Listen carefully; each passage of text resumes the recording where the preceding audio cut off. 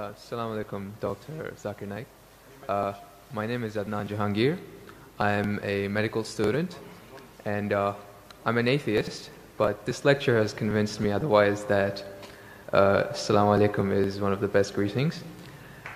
My question is, how... No, you're an atheist, yes. Or a Muslim? No, I'm a Muslim. I'm an atheist, ex-Muslim. You were a Muslim, now you're an atheist. Okay, brother, go ahead. All right. My question is of two parts. First one, what is the stance of Islam on evolution? And two, what is the stance of Islam on apostates? The first one, it's how does Islam deal with evolution when, as I'm a medical student, my professors, when they show me the skulls of how humans have evolved throughout millions of years, from Homo habilis to Homo erectus to us Homo sapiens, and when they show proof of how evolution has taken place over the years, how do you disprove that when it is fact? It is not theory or it is not a hypothesis anymore. It is fact. How do you disprove that, if you could answer? Brother Jahangir has asked a question that what is the Islamic view on theory of evolution? And brother, if I reply to you, then will you come back to the fold of Islam? If it's a convincing enough answer. If I give a convincing reply, will you come back to the fold of Islam? Inshallah. Inshallah. Good. Brother Jahangir has asked a question. He said you are the Muslim and now he's an atheist. And he asked what is the view of the theory of evolution? For complete, you can refer to my talk on Quran and modern science, which covers in the question and answer session theory of evolution. As far as the question on theory of evolution is come, there is no book so far that I have read which talks about fact of evolution. Theory of evolution means the theory.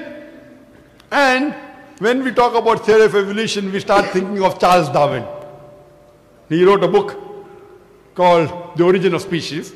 And in that book, he says that he went on a ship by the name of HMS Beagle, and he went on an island by the name of Calotropis, and there he saw birds pecking in niches. Now, depending upon the niches, the holes they pecked, the beak became short and long. Based on this observation, he propounded his theory of evolution. He propounded his natural selection. And Charles Darwin, he wrote a letter to his friend Thomas Thompson in the 19th century. And he said that I do not have proof as far as my theory of evolution is concerned. There are missing links. But because it helps me in rudimentary organ, it helps me in classification, I have propounded this theory. That is the reason when we were in school, if we had to tease any of our friends, we used to call him that you are the missing link. If you were present, Darwin's theory would have been proved right, indicating that he's a monkey. We used to fool around. So there is no proof regarding Darwin's theory at all. It's a theory, it's not a fact. Now in most of the schools, they teach Darwin theory as though it's a fact because they don't have any alternative. Because of that. But no scientist at all can say for sure. Yes, there are many scientists who support Darwin's theory.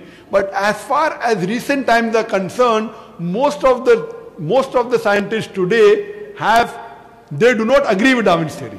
As far as you talked about the 4 waves of hominoids. First was the Iceman, then was the Neanderthal man, then was the Cro-Magnon. All these that you find, there is no link between them. There is no link whatsoever. According to P.P. Grassi, who held the chair of the evolutionary studies in Paris Sorbonne University, he said, it is letting your imagination run too wild to assume, based on few studies on the vestiges, on the skeletons, to think that we have been created from ape. There is no link at all among all these 4. So Darwin propounded. Now many things of Darwin is correct. For example, life was created from water. That Quran also says in Surah Anbiya chapter number 21 verse number 30. The Quran says, وَجَعَلْنَا مِنَ الْمَاءِ كُلَّ شَيْءٍ أَفَلَا يُؤْمِنُونَ. We have created everything from water. Every living thing from water. Will you not then believe? So this is correct. So many things of Darwin is correct. But as a whole, everything is not true. That we have been evolved for apes, not at all. If there was evolution today, we should be having some people who are in between monkeys and human beings. We don't find that in any museum. Brother Jangir, if it's true that species have been evolving, today we should find some species at least which are in between the human beings and the men. I would request the audio technician to increase the volume a bit. The audio technician, wherever he is, can you increase the gain, please? Jazakallah. Jazakallah shukran. That will have less strain on my vocal cords.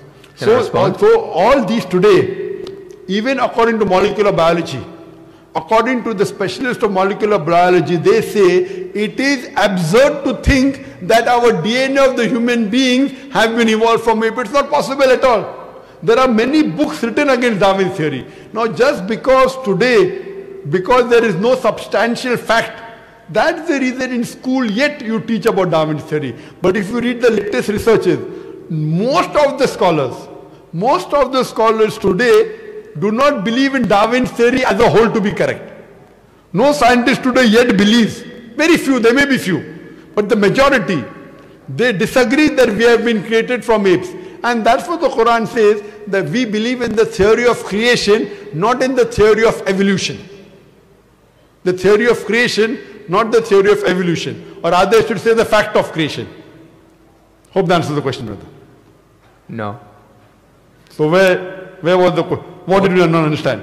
What you say, it is true. It was true. 150 years ago, it was true. It's not Darwin's theory anymore. 150 years of research has said that it's not once. He was just the one who started the ideology of evolution. It has gone over loads, 150 years worth of research with the latest scientific advancements, that it's not what you're saying. When my professor shows me proof, it's not just from apes, which is completely certain. When you see proof how the common cold evolves pathogen, like when it changes its own morphology just to keep up to date with today's vaccines, it's evolving its defense mechanisms against today's latest vaccine. Brother, that's evolution right there. Let me tell you one thing. It's not Darwin's theory anymore. Let me tell you one thing, brother. I am a medical doctor, and there are many researches being done. If it turns out to be a fact, it has to come in the medical college. It is in the medical college. I'm taught this in university. Sorry? I'm taught evolution in university. It's not in school anymore. I'm talking about medical. University, you learn about theories and researches. Even in medical, you learn about theories and researches. Once it becomes the fact, it comes into textbooks of medicine.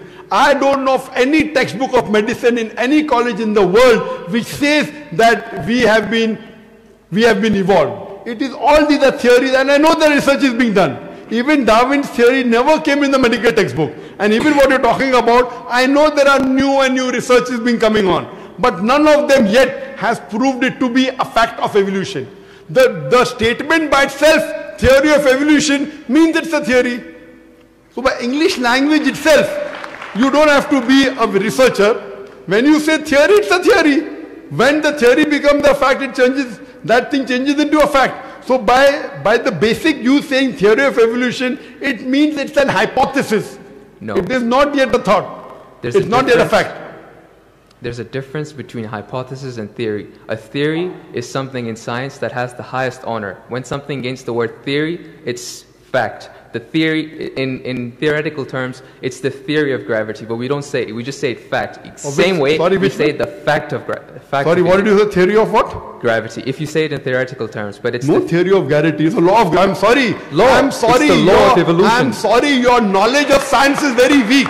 It is Boyle's law. It is not Boyle's theory. It is Archimedes' principles. It's not Archimedes' theory. Whatever's theory, when it becomes a fact, it changes into law. I'm sorry, your knowledge is so weak, and I wouldn't like to continue. Your knowledge is so weak. My question, I'm sir. not here to teach 2 + 2 = 4 in the audience. In the question answer session, you ask a question, I give the answer. If you like it, you keep it. If you don't like it, you throw it. Okay, just the thing is that if your knowledge is so weak, you're saying theory is the highest thing in science. I'm sorry, you're absurd. I'm a medical doctor. Theory is the highest thing in science. I'm very sorry, brother. If someone I'm very sorry. Theory is never the highest thing in science.